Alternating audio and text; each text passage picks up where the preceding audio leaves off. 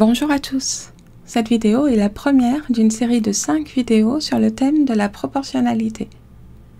Dans celle-ci, je vais vous parler plus particulièrement des coefficients de proportionnalité et pour ce faire, je vais m'appuyer sur un tableau de proportionnalité. Voici l'exemple que je vous propose d'utiliser. Donc on peut imaginer une situation dans laquelle on serait en train de faire un achat, puisque je vois apparaître des prix en euros. Donc pourquoi pas par exemple l'achat d'une certaine variété de pommes et en fonction de la masse exprimée en kilogrammes sélectionnée, le vendeur me dirait le prix à payer. Donc là on imagine que j'ai sélectionné mes pommes sur l'étalage, j'arrive en caisse et le primeur m'annonce que j'ai sélectionné pour 2 kg de cette variété de pommes et que je vais donc devoir payer 8 €. Donc voilà la situation. Je vais imaginer que ce que je cherche à faire, c'est trouver, je vous ai parlé de coefficient de proportionnalité, je vais imaginer que ce que je cherche à faire, c'est compléter cette flèche ici.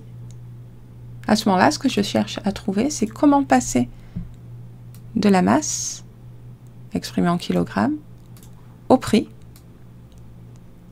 exprimé en euros, par une multiplication. Alors bien sûr, la réponse, elle est instantanée. J'ai choisi des valeurs pour que ce soit relativement simple, mais mon but, c'est pas vraiment que vous trouviez la valeur. On est d'accord? Il faut compléter les pointillés par la valeur 4. Mais en réalité, la question que je me pose, c'est comment le justifier et comment est-ce que je procéderais si au lieu de 2 kg, le vendeur m'avait annoncé que j'avais sélectionné 1,993 kg par exemple, donc ça serait peut-être même plus probable. À ce moment-là, peut-être que le prix ne tomberait pas juste.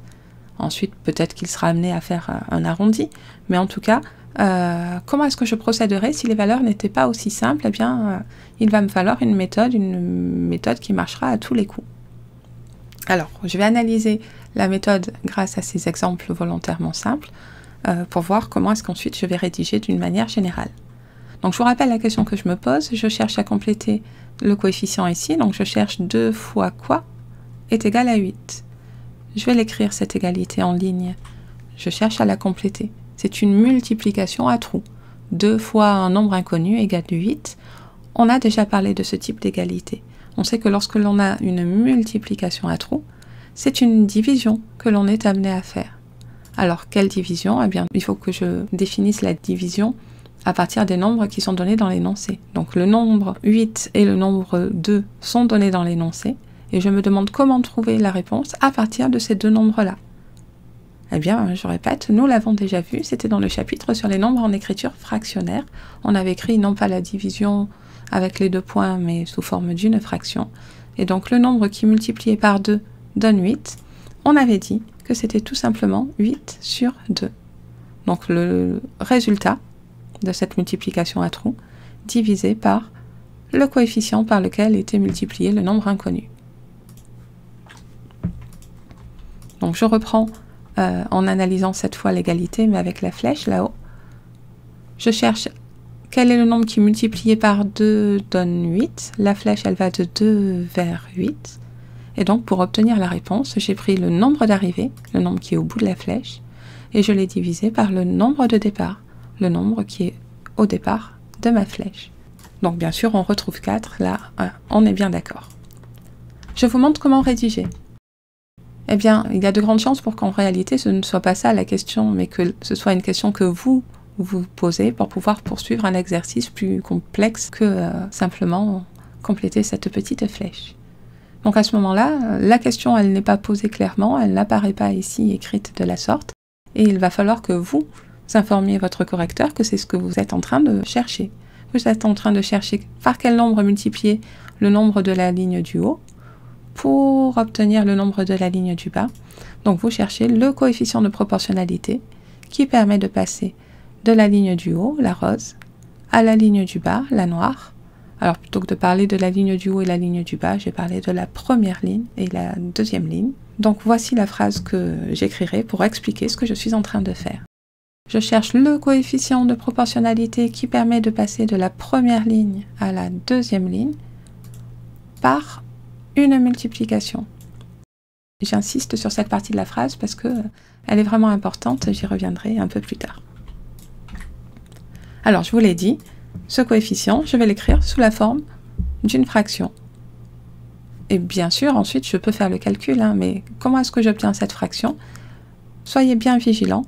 Vous cherchez à passer de la première ligne à la deuxième ligne et vous devez écrire la fraction en inversant les nombres. Vous avez vu, j'ai parlé de la première ligne en premier, et pourtant c'est le nombre que j'écris en deuxième. Quand je rédige avec mon stylo, j'écris d'abord le 8, ensuite le trait de fraction, et ensuite le 2. Donc attention, je cherche à passer de la première ligne rose à la deuxième ligne noire. Je dois écrire noir sur rose. Alors c'est un petit peu délicat. Il n'est pas impossible que vous vous trompiez, c'est pour ça que j'insiste autant. Mais la bonne nouvelle, c'est que vous avez une bonne façon de vous autocorriger ensuite, puisque une fois que vous avez écrit ça, vous pouvez calculer le coefficient que vous obtenez. Bon, là, le coefficient tombe juste. On l'avait même trouvé, nous, depuis le départ. Mais peut-être que ça sera une valeur arrondie si jamais la fraction ne tombe pas juste, ça, ce n'est pas grave. Ce que je vous conseille vraiment de faire, c'est, une fois que vous avez trouvé votre coefficient, bien sûr, vous pouvez le rajouter ici. S'il ne tombe pas juste, à ce moment-là, gardez la fraction. Et ce que je vous disais, c'est que vous pouvez vous autocorriger, vérifier que vous ne vous êtes pas trompé, en prenant bien nombre d'arrivées divisé par nombre de départ. Et l'autocorrection, en fait, elle est assez simple. Il suffit de suivre la flèche. Partir de 2, suivre la flèche, regardez si en multipliant 2 par le coefficient que vous avez trouvé, vous retombez bien sur 8. Faites le calcul. Si vous trouvez 2 fois ce coefficient égale 8, c'est que vous avez bien appliqué la méthode. Si jamais vous trouvez autre chose, c'est peut-être que vous avez tout simplement inversé le 8 et le 2. Donc prenez bien le temps de faire cette vérification. Elle ne prend pas longtemps et elle vous évitera de faire des erreurs sur l'ensemble de l'exercice, car je vous l'ai dit, probablement qu'ensuite vous aurez à utiliser ce coefficient. Alors je continue mes remarques. Tout d'abord, maintenant que je sais comment passer de la première ligne à la deuxième ligne par une multiplication, eh bien du coup, je peux en déduire ce passage ici, de la deuxième ligne à la première ligne par une division.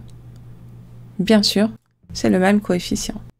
Donc une fois que j'ai fait parfaitement, je reviens un peu en arrière, parfaitement ça veut dire avec ces 3 lignes ici, une fois que j'ai fait parfaitement la justification de ce coefficient x 4, je peux sans aucune autre explication supplémentaire utiliser le coefficient divisé par 4. Je vous y autorise sans aucun problème. Par contre, imaginons que la question que je me pose, ce n'est pas comment passer de la première ligne à la deuxième ligne par une multiplication, mais plutôt celle-ci. Comment passer de la deuxième ligne à la première ligne par une multiplication. Eh bien, si c'est la question que je me pose, vous voyez, ici j'ai un coefficient fois quelque chose, alors qu'ici c'était un coefficient divisé par quelque chose. Bien sûr, si je divise par 4, je ne vais pas pouvoir multiplier par 4. Ce qui veut dire que c'est un autre nombre qu'il va falloir trouver.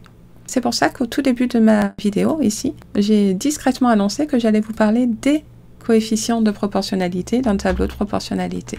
En réalité, mon tableau de proportionnalité, que je vous ai présenté depuis le début, il possède 2 coefficients de proportionnalité.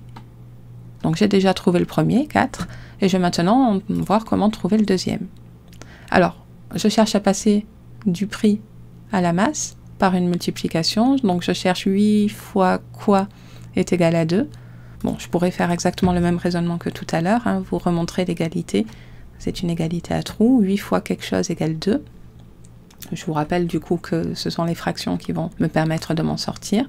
Nombre d'arrivées divisé par nombre de départ. Donc la réponse ici, c'est tout simplement 2 sur 8. Bon, ça c'est pour le raisonnement, mais je vais vous montrer comment le rédiger.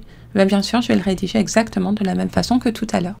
Je vais dire que le coefficient de proportionnalité qui permet de passer de la deuxième ligne à la première ligne par une multiplication, donc je fais exactement comme tout à l'heure, j'annonce dans quel sens va la flèche.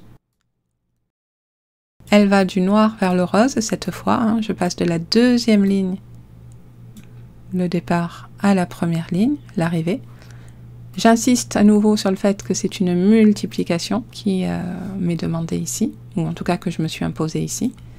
Et je vais tout simplement utiliser la même méthode donc que celle que je vous ai annoncée, à savoir je donne mon trait de fraction et je suis vigilante à ce moment-là. Je veux passer de la deuxième à la première je vais commencer par écrire le coefficient rose au numérateur. Et j'écrirai ensuite le coefficient noir au dénominateur. Nombre d'arrivées divisé par nombre de départ. Nombre d'arrivées, celui du haut, divisé par nombre de départ, celui du bas. Et c'est vraiment important de prendre le temps de faire cette fraction, de l'écrire correctement. Ensuite, il ne me reste plus qu'à faire le calcul. 2 divisé par 8. Si ça tombe juste, je peux donner la valeur décimale. Sinon, je pourrais simplifier la fraction et ne travailler qu'avec la fraction. Je sais multiplier par des fractions. Et c'est pour ça que je vous ai imposé la multiplication ici. C'est parce qu'au pire, si le quotient ne tombe pas juste, je garde la fraction simplifiée et je multiplierai par cette fraction. Bon, mais là, ça tombe juste, donc 0,25, c'est le deuxième coefficient de proportionnalité de mon tableau. Une fois que j'ai ça, évidemment, en fonction des questions qui sont posées dans l'exercice, je pourrai poursuivre. Mais pour ce qui est de ma vidéo, je vous avais annoncé 2 coefficients de proportionnalité, donc les voici. Je peux soit multiplier par 4, si je vais du haut vers le bas, soit multiplié par 0,25 si je vais du bas vers le haut. Et une fois que j'ai choisi soit le coefficient numéro 1, soit le coefficient numéro 2, ce n'est plus la peine de faire la justification, cette justification en 3 lignes pour 0,25 et en 3 lignes pour 4, c'est pas la peine de la faire 2 fois. Je ne la fais qu'une fois. Et ensuite, si j'ai choisi la justification du 4, je pourrais utiliser la deuxième flèche, divisée par 4.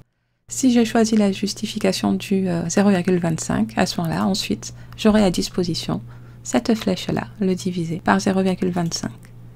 Donc là, je vous ai mis toutes les possibilités, mais j'insiste, en réalité, vous ne vous servirez probablement que de 2 d'entre elles, donc soit la méthode du haut, soit la méthode du bas. Et en ne faisant qu'une seule justification, soit le coefficient multiplicatif ici, soit le coefficient multiplicatif qui est là. Alors, je m'en tiens là pour cette vidéo. Nous verrons ensuite comment exploiter ces coefficients dans une prochaine vidéo. Je vous invite à me poser des questions si jamais vous avez le moindre doute sur ce que j'ai pu vous présenter ici.